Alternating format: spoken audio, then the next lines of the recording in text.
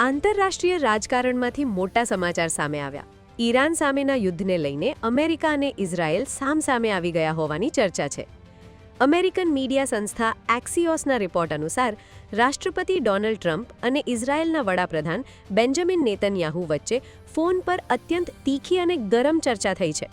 Trump સાથેની વાતચીત બાદ નેતન્યાહુ લાલચોળ થઈ ગયા છે, કારણ કે અમેરિકા હવે ઈરાન પર ફરી સૈન્ય હુમલા કરવાના બદલે શાંતિ સમજૂતી કરવાના પક્ષમાં દેખાઈ રહ્યું છે.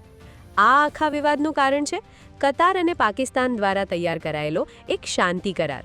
હા, કતાર અને પાકિસ્તાને મધ્યસ્થી કરીને અમેરિકા અને ઈરાન વચ્ચેનો વિવાદ શાંત કરવા એક નવો પ્રસ્તાવ તૈયાર કર્યો છે, જેના અંતર્ગત બંને દેશો યુદ્ધ વિરામ અને પરમાણુ કાર્યક્રમ પર 30 દિવસની વાતચીત શરૂ કરવા સહી કરવાના છે. પાકિસ્તાનના ગૃહમંત્રી તો તહેરાન પણ પહોંચી ગયા છે. ટ્રમ્પે કતાર અને યુએઈના કહેવાથી હુમલો ટાળી દીધો છે, પણ નેતન્યાહુ આ વાતચીતથી ભારે શંકામાં છે. તેમનું માનવું છે કે ઈરાનની સૈન્ય તાકાતને તોડવા માટે ફરીથી હુમલા શરૂ કરવા જ પડશે, જ્યારે ટ્રમ્પનું વહીવટીતંત્ર ઈરાનને જાણી જોઈને સમય આપી રહ્યું છે. આ મામલે ટ્રમ્પે કોસ્ટગાર્ડ એકેડમીથી પરત ફરતા પત્રકારોને સાફ કીધું કે સ્થિતિ અત્યારે બિલકુલ નિર્ણાયક વળાંક પર છે. કાં તો મોટો કરાર થશે, કાં તો ભયંકર યુદ્ધ.